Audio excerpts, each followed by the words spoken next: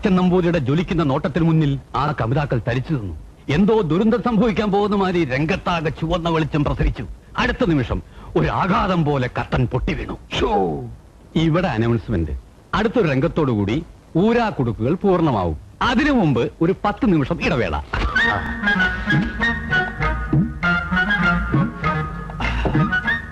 എങ്ങനെയുണ്ട്?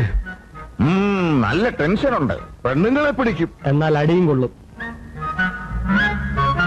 ഓമനക്കുട്ടൻപിള്ള സാറിന് ഇഷ്ടമായില്ലെന്ന് തോന്നുന്നു. കുഴപ്പമില്ല. പക്ഷെ അവസാനം എഴുതിയില്ലേ ഒരാഘാതം മാതിരി കർട്ടൻ പൊട്ടി വീണെന്ന്. ആ സമയത്ത് ശരിക്കും കർട്ടൻ പൊട്ടി വീഴുവോ?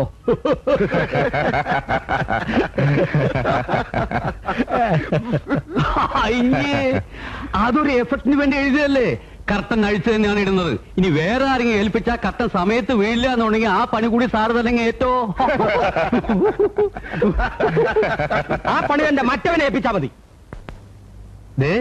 സാറേന്ന് വിളിച്ച് വായുകൊണ്ട് സാമ്പാറിനെ വിളിപ്പിക്കരുത്. തെറ്റാ, ഞാൻ മഹാ ചെറ്റ.